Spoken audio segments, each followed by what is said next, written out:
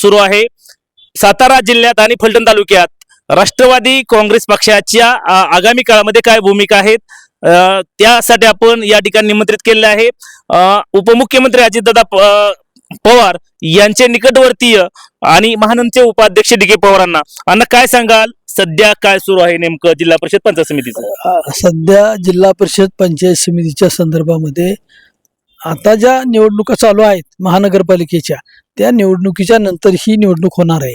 अजून 15 तारखेला शासन काय निर्णय घेतंय, कुठल्या तारखेला होतं हा विषय आहे.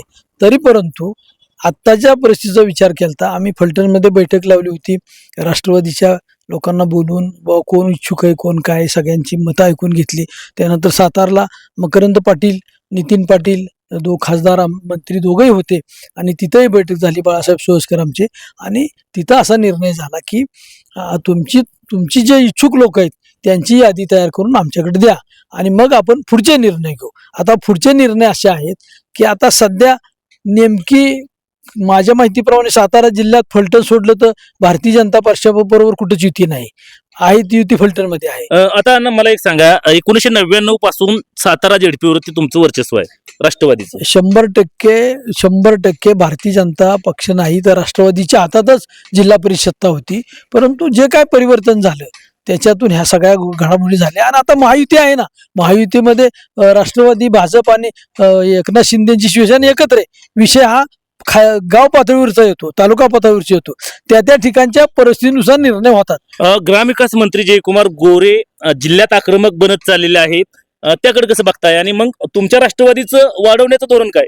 आमचं असं म्हणणं आहे की महायुती टिकून आपली वाटचाल करायची आणि राष्ट्रवादीला आगामी पंचायत समिती सुद्धा आम्ही मागणी केली 50% जागा आम्हाला. तालुक्यातील जिल्हा परिषद पंचायत समितीसाठी कशी मागणी असेल तुमची? आमची मागणी आहे आम्हाला 50% जागा द्या आणि तडजोड करून इलेक्शन करू.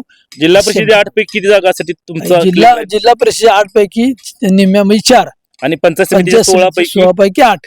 आणि मग शेवटी निवडणूक येण्याची शक्यता, गुणवत्ता, शक्ती सगळं बघूनच पुढच्या गोष्टी केल्या जाणार आहे. अंतिम उमेदवार कधी या ठिकाणी जाहीर करणार आहात? आता ही आमची जी यादी आहे ती सातारला दिली जाणार आणि त्याच्यानंतर त्यांच्याशी चर्चा होईल आणि त्या चर्चेनंतर आमची यादी अंतिम होईल. जी पकड होती त्याप्रमाणे चर्चा करूनच निर्णय घेतला जाईल नेत्यांच्या बरोबर.